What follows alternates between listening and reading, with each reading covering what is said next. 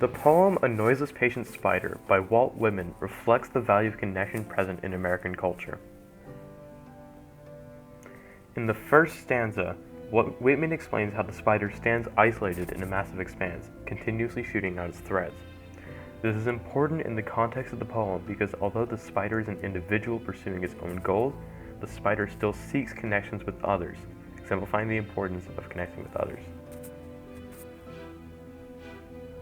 Another way that the value of connecting with others is important is shown in the second stanza, when the author describes his soul as surrounded and detached, presumably from both his body and from others. The author's soul is also described as traversing through an empty expanse without purpose or reason. This is not only important because it shows a comparison between the author's soul and the spider in that they seek connection with others, but this quote goes as far as to imply that the soul's purpose is to seek connection with others.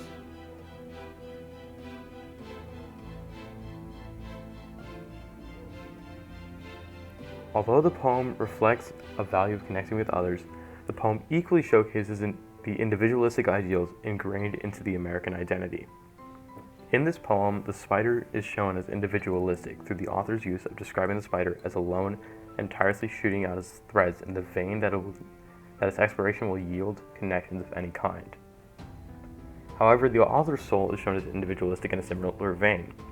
This time, rather than being shown as though it was a current problem that will be overcome, as is the case with the spider, the author ends the poem with words that suggest a future tense, implying that the search for connections will be an ongoing issue in the author's life. This all connects to transcendentalism in that the poem was written to highlight the individualism in American identity through the observation of the natural environment.